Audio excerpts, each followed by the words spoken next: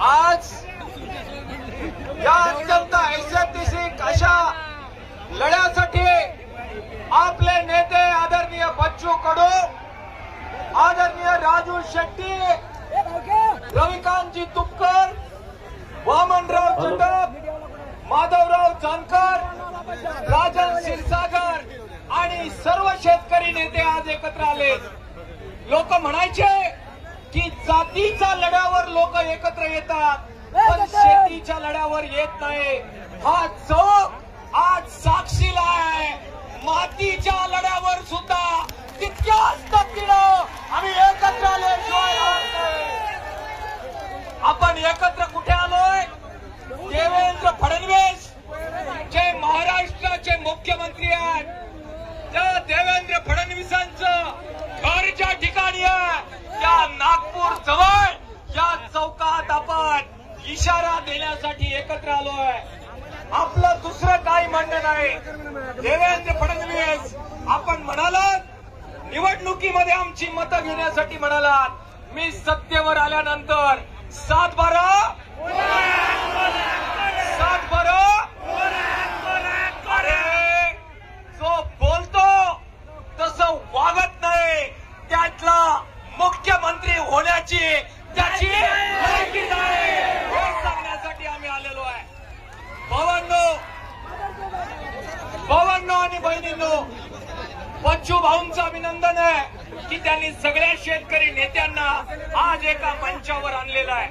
मला आपल्या सगळ्यांना विनंती करायची आहे की हा लढा केवळ विदर्भाचा लढा नाही, हा अमरावतीचा लढा नाही, हा नागपूरचा लढा नाही, हा लढा आतापासून सगळ्या महाराष्ट्राचा लढा झाला पाहिजे ही आपली सगळ्यांची जबाबदारी आहे।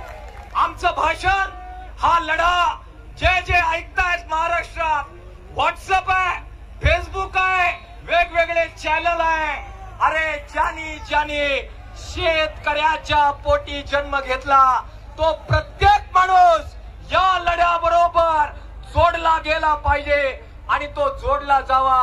ते घरात बसून नाही, महाराष्ट्राला आम्ही आव्हान करतोय की या रस्त्यावर आणि दाखवून द्या या सरकारला जे बोलल्याप्रमाणे वागत नाही त्याच्या पेकाटात लाद घातल्याशिवाय हे दाखवून देण्याचा हा लढा आहे। भावांनो आणि बहिणींनो, सुकाणू समितीचा असाच एक एल्गार तुम्ही आम्ही सगळ्यांनी केला। पुंचांब्याचे शेतकरी संपावर गेले आणि आपण ठरवलं की शहराला जाणारा शेतीमाल रोखायचा आणि संपावर जायचं। मला आठवतंय बच्चू भाऊ आमच्या बरोबर होते, रविकांतजी तुपकर होते, राजू शेट्टी होते, वामनराव चटप होते, सगळे शेतकरी नेते आपण एकत्र आलो आणि आपण शहरांना जाणारा शेतीमाल रोखला। 2-4 दिवसामध्ये अरे शेतकरी संपावर गेला तर या शहरांची आळई झाल्याशिवाय राहत नाही, ते आपण त्या लढ्यामध्ये दाखवून दिलं।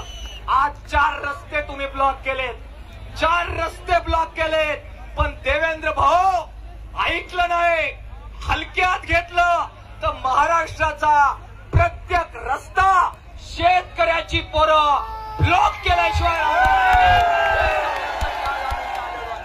भावांनो आणि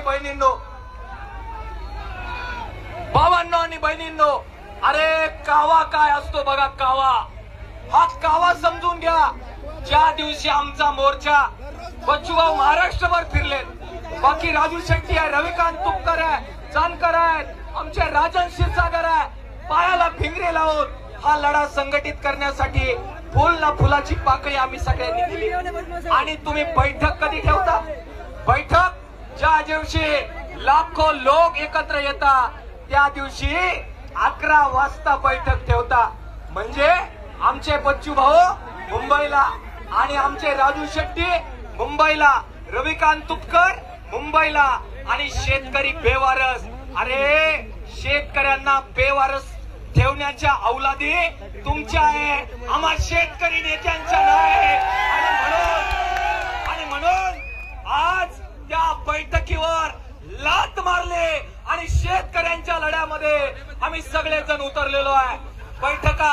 बैठका अरे किती बैठका? मागे बच्चू कडू आमरण उपोषणाला बसले. मोजरीला मला वाटतं बसले की नाही, चालला का नाही जीव. त्यांच्या बरोबरची एक आजी शुगर होती तरी सुद्धा ती म्हटली 400 पर्यंत शुगर गेली, पण म्हटली बच्चू भाऊ जोपर्यंत जेवत नाही तोपर्यंत मी पण जेवत नाही. ती बसून राहिली. जबरदस्त लढा झाला, बैठक झाली आणि बैठकीत आम्हाला काय सांगितलं ते म्हटले आम्ही कर्जमाफी करणारच आहे. कधी करणार आहे, योग्य वेळेवर करणार आहे. आणि योग्य वेळ कोणती रे भाऊ देवेंद्र फडणवीस, मतदानाची वेळ, निवडणुकीची वेळ. ही जर तुझी योग्य वेळ आहे तर तुझी योग्य वेळ कशी त्याची डिलिव्हरी करायची शेतकऱ्याच्या पोरांना ते बरोबर माहिती आहे. आणि म्हणून आज आपण चौकामध्ये आहोत. भावांनो आणि बहिणींनो, बच्चू भाऊंनी बरोबर सांगितलं, राजू शेट्टी सांगतील, रविकांत तुपकरांनी सांगितलं, जानकर बोलणार आहेत, वामनराव चटप बोलले. आपलं हे रणांगण आहे, आपल्या विरोधात कावा होणार आहे. एवढं वाक्य शांतपणाने ऐका, लढ्याचा काय अनुभव आहे. आणि म्हणून सांगतो ते आता समोरासमोर येणार नाही, ते आता आमने सामने येणार नाही, ते कोर्टाची मदत घेतील. त्यांचे काही लोक कोर्टात पाठवतील आणि म्हणतील रस्ते ब्लॉक झाले, सामाजिक अशांतता निर्माण झालीये, आंदोलन मागे घ्या. परंतु देवेंद्र भाऊ, तुमचा हा कावा तुमच्या जवळ राहू द्या. या महाराष्ट्रामध्ये एवढ्या शेतकरी पोरांना कोंडून ठेवतील, तुमच्या बापाने एवढे तुरुंग तयार केलेले नाही. ते तुरुंग कमी पडतील, पण शेतकऱ्याची पोरं शेतकऱ्याच्या बापासाठी आणि आईसाठी जेलमध्ये जायला सुद्धा माघार देणार नाही. हा संदेश देवा भाऊ. त्यामुळे तुमचा न्यायालयाचा कावा जरा सांभाळून यावेळी करा. तुम्ही प्रत्येक वेळी डाव टाकाल, चळवळी फोडाल, तो काळ निघून गेला. आम्ही हुशार झालेलो आहे. आणि म्हणून भावांनो, आज ज्यावेळी इथे आलो, अनेक दिवस इथं बसायचं आहे, त्यामुळे भाषण होत राहतील, पण तुमच्याकडून शब्द पाहिजे. जो इथे आला, बाहेर जो राहिला त्यांनी पण यावं. पण आता निर्णय झाल्याशिवाय पाठ दाखवायची, पाठ दाखवायची, पाठ दाखवायची. कर्जमाफी झाल्याशिवाय घरी जायचं. देवेंद्र फडणवीसला सबक शिकवल्याशिवाय माघार घ्यायची. धन्यवाद. इन्क्लाब.